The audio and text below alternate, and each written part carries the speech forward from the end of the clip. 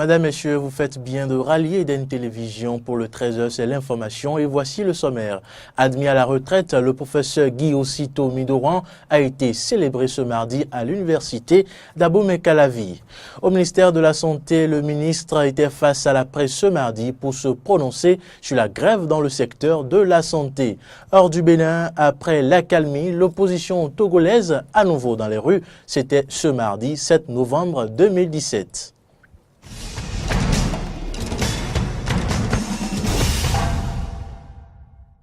Merci de votre fidélité. Il est admis à la retraite depuis le 1er octobre 2017 et pour reconnaître ses compétences et ses nombreux services rendus au monde universitaire et à la littérature africaine, le professeur Guy Osito Midoran a été célébré ce mardi par plusieurs personnalités, ses collègues ainsi que ses parents. Laurent Rollo, Kodjo Toninkes pour le point.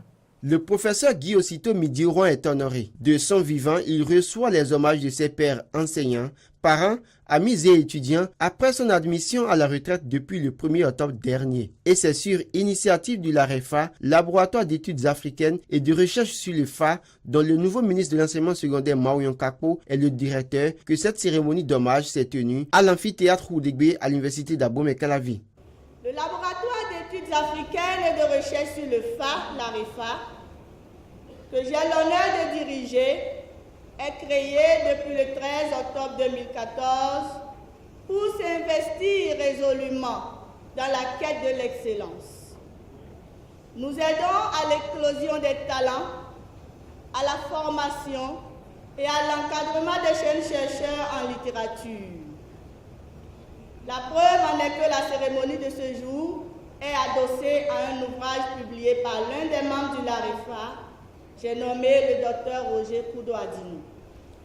Je voudrais ici saluer également la qualité et l'originalité de son ouvrage, sans oublier de souligner l'intérêt documentaire méritoire de cette publication.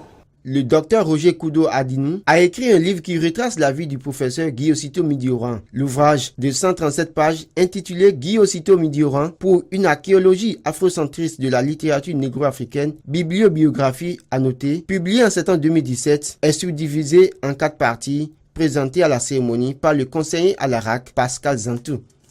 D'une partie à une autre, l'auteur nous révèle les talents, la créativité et la boulimie de travail d'un intellectuel atypique dont la production et l'engagement restent immenses. Le vice-recteur de l'université d'Abomey-Calavi, Massim Dacruz, apprécie également l'initiative. Professeur Midoran, vous méritez ce qui vous arrive.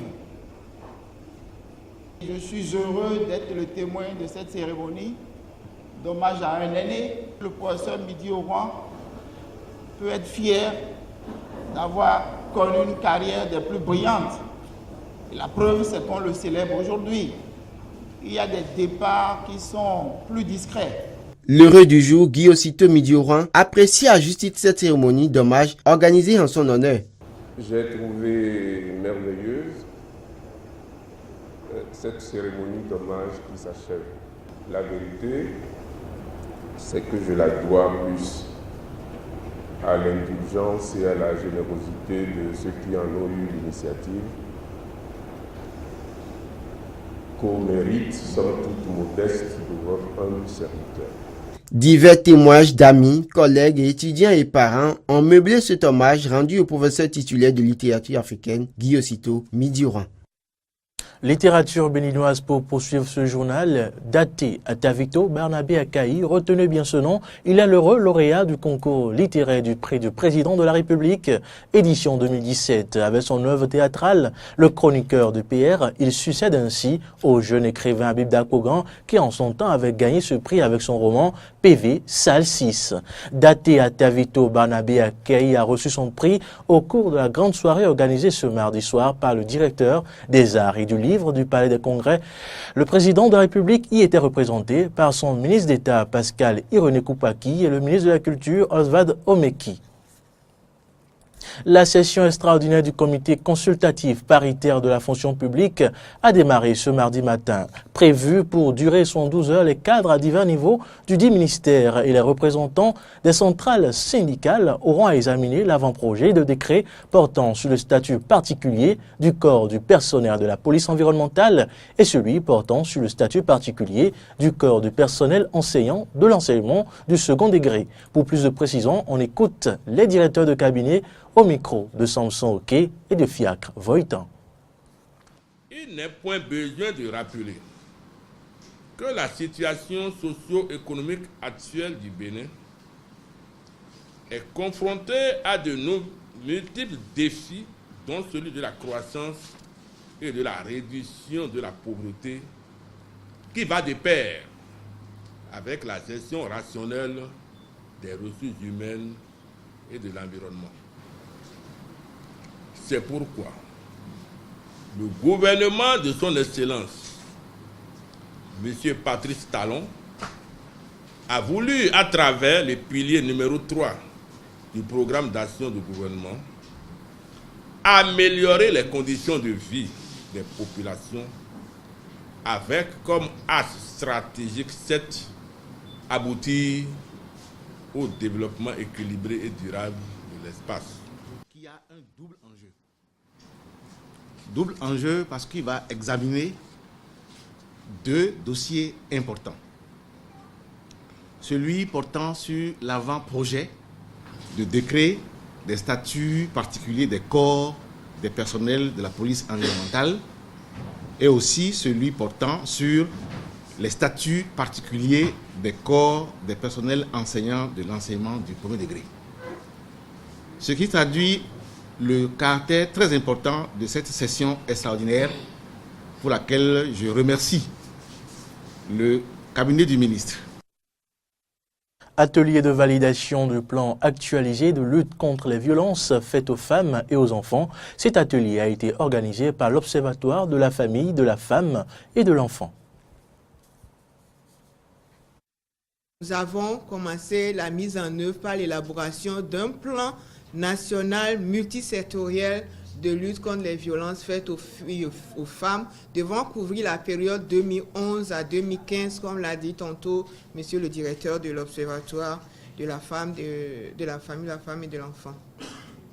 Alors, en application de ce plan national stratégique multisectoriel, beaucoup d'actions ont été prises, et notamment le vote de la loi, qui vous souviennent, les marches sur l'Assemblée nationale, nous avons quand même franchi des pas pour que la loi soit votée en 2012. Son application, c'est vrai, nous nous plaignons, mais quand même, il y a eu à ce jour des actions prises au niveau de la justice. L'étude nationale qui vient d'être rappelée montre que 69% des femmes ont déclaré avoir subi des violences au moins une fois dans leur vie et 51,5% d'entre elles ont subi au moins une fois dans leur vie des souffrances physiques ou morales. Et enfin, 28,5% ont subi des violences sexuelles. Ce tableau est triste. Et c'est conscient de ces enjeux que représente la protection des femmes et des filles que le département ministériel en charge des affaires sociales et de la microfinance, en liaison avec l'appui des partenaires techniques et financiers, vous soumet aujourd'hui ce plan d'action relu de lutte contre les violences faites aux femmes et aux filles. Carité organise depuis ce mardi les deuxièmes sections de dialogue public-privé pour la promotion des filières concernées. Ces sessions qui se déroulent à l'Infosec prennent fin demain. Roland Kodjo-Toninkes pour le point. Les deuxièmes sessions de dialogue public-privé pour la promotion des filières ANACAD, riz et karité ont démarré ce jour à l'Infosec de Cotonou. Durant 3 jours, les acteurs des filières ANACAD, riz et karité examineront les résultats de l'application des résolutions, décisions et engagements issus des premières sections. Le secteur agricole est l'un des secteurs prioritaires devant contribuer à la croissance économique et la réduction de la pauvreté. C'est pour cela que la PRONOPA Bénin, qui s'est donné comme mission la défense des intérêts des productrices et producteurs agricoles par le plaidoyer et le lobbying, s'est résolument engagé aux côtés des professionnels des filières concernées avec l'appui du programme de la promotion de l'agriculture ProAgri afin que cet instrument devienne le principal outil pour la recherche de solutions concertées, non seulement pour les 3 filières citées supra, mais à l'ensemble des filières du secteur agricole de notre pays. Les premières sessions de dialogue qui ont eu lieu du 31 janvier au 3 février 2017 sont l'aboutissement d'un long processus qui a commencé depuis 2012 avec l'analyse du niveau d'organisation des 3 filières. Des contraintes entravent toutefois le développement des filières concernées. Toutes ces contraintes qui entravent le développement et l'épanouissement de ces filières appellent l'action de toutes les catégories d'acteurs, aussi bien du secteur public que du secteur privé. Nous nous réjouissons de la participation des ministères sectoriels en charge de l'agriculture, de l'industrie, du développement durable et de l'eau dans ce dialogue. Cette présence leur permettra d'être informés des problèmes que rencontrent quotidiennement les acteurs à la base dans l'exercice de leurs activités et pourront apporter des solutions idoines aux problèmes posés. Pour le représentant de la GIZ, cette rencontre est un outil à la promotion des filières qui semble être adopté par tous les acteurs. Donc, à la base de cet outil qui permet aux acteurs privés d'exprimer en fait les limites de leur capacité d'engagement et montrer à l'État quels sont les besoins réels pour booster une filière donnée. C'est avec cet outil que l'État peut avoir un maximum d'efficience en respectant les propositions venant des acteurs de la filière. Avec cette attention du secteur public pour les acteurs des 3 filières, cet outil de promotion des filières est pris au sérieux. Le directeur de cabinet du ministère de l'Agriculture est convaincu des résolutions qui seront issues de cette deuxième session. Ainsi, le dialogue entre le secteur public et le privé et le secteur privé est un outil important qui a pour objectif de formuler des politiques plus efficaces, d'ajuster les politiques pour une meilleure prise en compte des difficultés du secteur privé, faire accepter et approprier les politiques publiques par le secteur privé et soigner la crédibilité de la notoriété de l'État. Cette deuxième session prend fin le 9 novembre prochain. La première journée est consacrée au secteur ANACAD, la seconde au riz et la troisième aux carités. De l'agriculture, on passe à la santé. Alassane Seydou, le ministre, a donné un point de presse ce mardi à propos de la grève déclenchée depuis le 30 août 2017 par le collectif des syndicats du secteur de la santé. Alassane Seydou est revenu sur les 4 points de revendication du collectif de syndicats du secteur de la santé et les démarches menées par le gouvernement et les dispositions prises par ce dernier pour satisfaire leurs demandes. Suivons ici un extrait des propos du ministre de la Santé au micro de Maury Arnaud, Noroyon Agua et Fréjus Fiossi. À ce jour, les engagements et diligences du gouvernement face aux revendications des partenaires sociaux se présentent comme suit. Par rapport au paiement des arriérés de primes de motivation et de risque, un montant de 2 469 158 000, soit le tiers du montant total dû, sera immédiatement débloqué au profit des travailleurs. Les 2 autres tiers seront payés sur 2 semestres, de manière à solder au plus tard en décembre 2018 la totalité des arriérés. Par ailleurs, le gouvernement continuera de payer à bonne date les salaires et autres primes, comme c'est le cas depuis avril 2016. En ce qui concerne les doléances d'ordre administratif et relatives à la carrière des agents, les instructions sont données à toutes les structures impliquées pour que les diligences nécessaires soient faites pour une prise en compte rapide des préoccupations des travailleurs.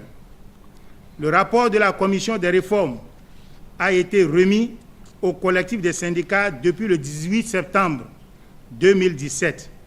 Nous attendons de recevoir leurs observations et contributions pertinentes, nous entendons dire que tous les hôpitaux seront privatisés. Je voudrais affirmer qu'aucun hôpital ne sera privatisé. La réforme n'a prévu de sortir aucun hôpital du patrimoine public. Il est question d'adopter de nouveaux modes de gestion pour plus d'efficacité et d'efficience, toutes choses indispensables pour améliorer la qualité de l'offre des soins aux populations. Une autre contre-vérité est que tous les agents seront mis à la rue. La réforme n'a prévu de mettre au chômage aucun agent, qu'il soit agent conventionné, agent permanent de l'État ou agent contractuel de l'État. D'ailleurs, comment pourrait-il en être ainsi lorsqu'on sait que notre pays est à 8 agents qualifiés pour 10 000 habitants au lieu de 25 pour 10 000 tels que recommandés par l'Organisation mondiale de la santé. Pour finir, je voudrais souligner que l'État ne saurait continuer d'utiliser les ressources du contribuable pour payer les salaires et primes à des agents qui refusent délibérément d'accomplir leurs devoirs. Le gouvernement, tout en exprimant sa disponibilité permanente pour un dialogue constructif, invite tous les acteurs du secteur à reprendre le travail pour éviter de faire prendre en otage un secteur aussi sensible, et ce au mépris des règles d'éthique et de déontologie. Au marché d'Akassato, certaines vendeuses dérogent aux normes. Il s'agit de ces femmes qui abandonnent leur place dans le marché et occupent les trottoirs et les abords de la voie. Une situation qui rend la circulation pénible, n'est-ce pas, Samson Oké? Ici, au marché central d'Akassato, dans la commune d'Abomey-Calavi, les bonnes dames, au lieu d'occuper les espaces à elles réservés à l'intérieur du marché, préfèrent s'installer sur les trottoirs aux abords de la route dans un débordement qui les expose à de nombreux risques. Cette pratique s'observe tous les jours du marché et même les jours ordinaires, malgré les multiples séances de sensibilisation et de rappel à l'ordre initiées par les autorités locales. Je ne peux pas vous dire combien de fois, je vais commencer par le commissariat d'abord, combien de fois nous sommes déplacés sur ces lieux-là pour les sensibiliser de quitter ces lieux-là. Combien de fois la gendarmerie et nous sommes déplacés sur ces lieux-là pour les faire quitter. Combien de fois, je ne peux pas vous le dire aujourd'hui. Je ne peux pas vous le dire. C'est la même chose à M. Saint-Oula. Chaque fois, vous répétez les mêmes choses, ils reviennent encore sur les mêmes lieux dans les heures qui vont suivre. C'est déplorable. C'est déplorable, mais c'est une question de vie et la vie humaine, elle est sacrée et nous sommes vraiment convaincus. Nonobstant ces nombreuses actions de sensibilisation, ces femmes usagères de ce marché continuent et persistent dans cette pratique, faisant ainsi fi des multiples risques auxquels elles s'exposent. Elles sont en train de chercher l'argent, c'est l'argent, mais c'est pas à faire de l'argent. Si les voitures ou bien les motos quittent là-bas maintenant pour les renverser, ils vont dire quoi? Qui a créé l'accident? C'est pas eux-mêmes. Et en ce moment-là, ils vont commencer par accuser les tassimans, les émigrants, tout ici. Et c'est pas ça. C'est eux aussi qui créent les accidents. C'est une mauvaise pratique parce que si par exemple un camion est en train de passer, rapidement il va les ramasser. Si il ne fait pas attention par rapport à son frein, supposons qu'il n'a pas de frein, il va rapidement les ramasser et ça se passe plusieurs fois. L'exiguïté du marché et le manque de place constituent quelques raisons qui poussent ces femmes à se livrer à cette pratique au risque de leur vie. Dans le marché, il y a un problème de hangar qui se pose à l'intérieur. On ne va pas tourner autour du pot.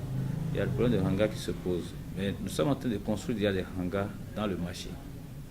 Et les hangars qui sont dans un état délabré, nous sommes en train de passer, le processus est en cours déjà pour réfectionner tout le reste des hangars qui sont dans un état ou dans des états défectueux. Alors, c'est quand nous allons finir cette opération que nous allons commencer la répression. Je vous rassure que sous peu maintenant, on va les faire déguerpir.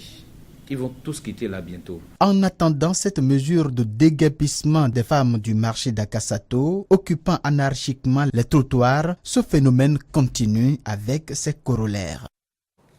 Hors du Bénin, je vous le disais en titre, forte mobilisation contre Fort Yassingbe au Togo. Des milliers de personnes ont manifesté ce mardi à Lomé contre le régime du président à l'appel de l'opposition après plus de 2 mois de crise politique. Les manifestants réclament le départ du président et les leaders se disent prêts pour discuter des conditions de son départ. Lui, héritier d'une famille à la tête du Togo depuis 50 ans. Je vous propose d'écouter à présent quelques leaders de l'opposition togolaise. On a déjà traversé 25 dialogues. Qui doit avoir dialogue, oui, ça va être celui-là qui va porter sur comment libérer définitivement notre pays du joug de la dictature cinquantenaire. C'est ça qu'on va appeler encore dialogue. Le Togo, ce n'est pas un royaume. 50 ans de pouvoir, ça suffit. On ne fait plus être pouvoir. Mon fils peut être pouvoir. Moi-même, je peux être président. Donc, je suis sorti. Si je vais mourir pour mon pays. Je me bats pour ma nation. Je sors mes vides, sans armes. 50 ans de pouvoir, ça suffit. L'ensemble des prisonniers politiques doit être libéré. Tout le monde doit recouvrer la liberté pour que nous retrouvions la sérénité pour des échanges qui peuvent nous permettre de trouver la bonne solution à cette crise. Manifestation, la Guinée-Conakry en a connu aussi hier. Les journalistes guinéens sont descendus dans la rue ce mardi pour dénoncer les violences subies par certains de leurs collègues la semaine dernière, ainsi que ce qu'ils qualifient de tentative de musellement de la presse privée. On écoute quelques responsables de médias de la Guinée. Nous sommes dans un pays aujourd'hui où nous avons une instance qui est censée protéger la presse, qui est censée garantir l'indépendance de la presse et surtout nous garantir de toute influence de nos gouvernants et des partis politiques qui aujourd'hui se met elle-même dans une posture pour nous bâillonner, pour nous faire taire, et ce, sans aucun respect de la loi. Nous avons attaqué au niveau de la Cour suprême cette décision de la HAC qui consiste à nous fermer. Parce que nous disons non. Nous disons non parce que le droit n'a pas été dit. Et c'est pour ça que d'ailleurs nous sommes là pour dire à la HAC, vous pouvez prendre des décisions, vous pouvez jouer votre police des médias, mais vous le faites en respectant le droit. Ce que nous exigeons, qu'on arrête cet acharnement contre la presse guinéenne. La presse privée n'est pas ennemie de la nation. Si nous parlons d'une démocratie en Guinée, tout le monde sait ces dernières années, ces dernières décennies, la place ou bien le rôle important qu'a joué la presse privée dans notre pays. On ne peut pas accepter que cette presse soit bâillonnée, que cette presse soit aujourd'hui muselée. 4 chefs de parti libériens ont discuté d'une fusion pour soutenir le président Joseph Boaké contre l'ancienne star du football international, George Weah, en vue d'un second tour de l'élection présidentielle. Le candidat, quant à lui, arrivé en tête, a appelé ce mardi ses partisans au calme après la suspension du processus.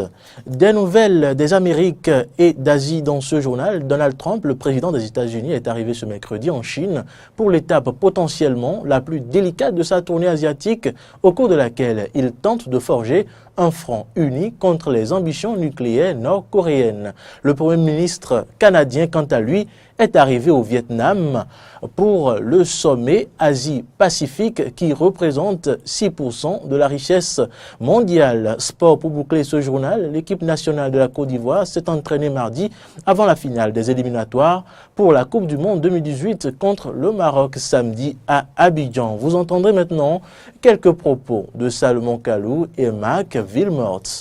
Nous, on doit se focaliser sur nous-mêmes et jouer les 90 minutes comme si c'était les 90 dernières minutes de notre carrière. Et puis, on se doit de faire un bon match. On joue à la maison, comme je l'ai dit, et on a à cœur de ramener cette qualification-là à notre public. On a besoin d'une équipe qui va aller au combat et que tout le monde soit apte à jouer 90 minutes à 200% et de donner tout pour son pays et sa nation. Et vous avez pu remarquer que j'ai fait un appel.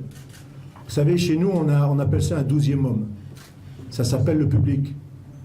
Et le public, il peut être destructif ou constructif. Et moi, j'en appelle aux Ivoiriens de venir au stade, encourager son équipe pour passer et pour arriver en Coupe du Monde. Au moins, maintenant, on sait ce qu'on doit faire, on doit le gagner, on ne doit pas calculer. Et moi, je suis content de ne pas calculer. Parce que ça, c'est la pire des choses qui peut vous arriver. C'est que vous ne sachiez pas qu'il y a une demi-équipe qui dit « je vais défendre » et une autre qui dit « je vais attaquer ». Mais la pression, évidemment, elle est sur les deux, parce que les deux pays peuvent se qualifier. Donc la peur, chez nous, elle n'existe pas. On est à la maison. On respecte, ça c'est différent. Mais une peur, non. On est chez nous, on va avoir un public pour nous. Il y aura quoi, 30, 35 000 personnes. Je pense que c'est quelque chose de formidable. C'est pour ça qu'on fait ce métier.